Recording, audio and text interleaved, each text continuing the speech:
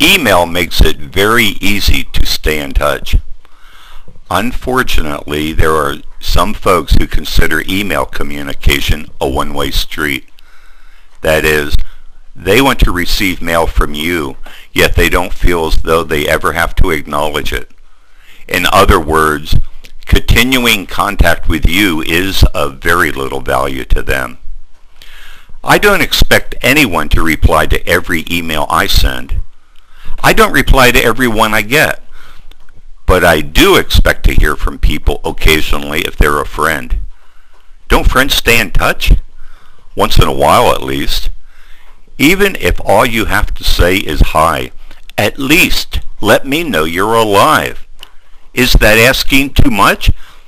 I show you that I want to stay in touch by sending jokes and things that I think you'd like. Can't you just click the reply button sometimes? It's not that freaking hard to do.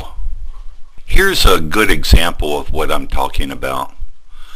During the summer and fall of 2004, I sent an animated cartoon 5 days a week to a select group of friends.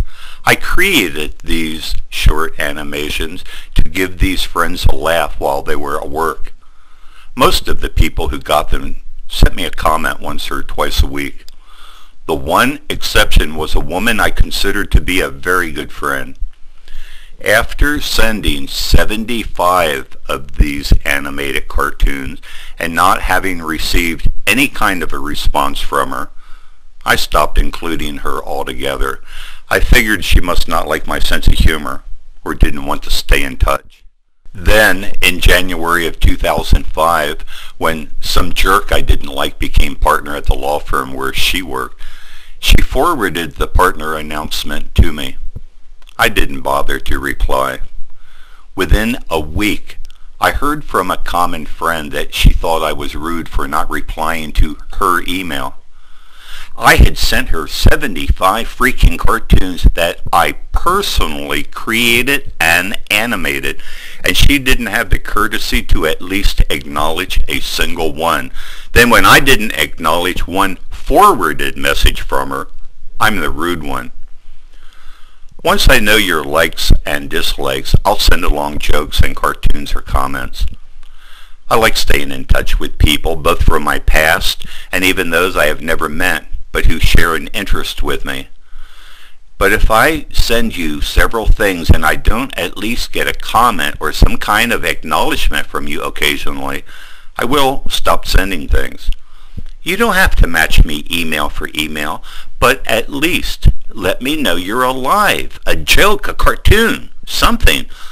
Just don't ever tell me that you've been too busy. If I keep sending you things and you never reply, then I assume you're either dead or you don't want to stay in touch. Either way, I don't want to know. So now my annual procedure on New Year's Day is to delete the names and email addresses from my address book of the people who, for whatever reason, have stopped sending me mail. That keeps my address list down to a manageable size of people who do want to stay in touch. Ultimately, if a person I have deleted decides to once again email me, I'm always happy to reply to them. Once I reply, though, I delete the mail they sent me, including their name and address. So if there is an email from them in my inbox, then I know I haven't replied yet. I owe them.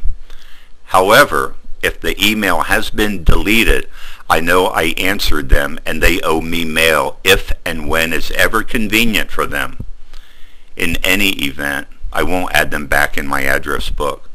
From then on, they're on a reply basis only.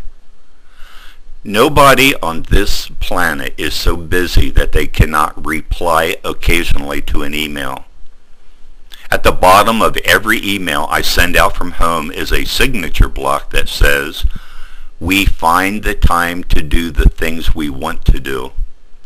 If you don't want to stay in touch, I accept that.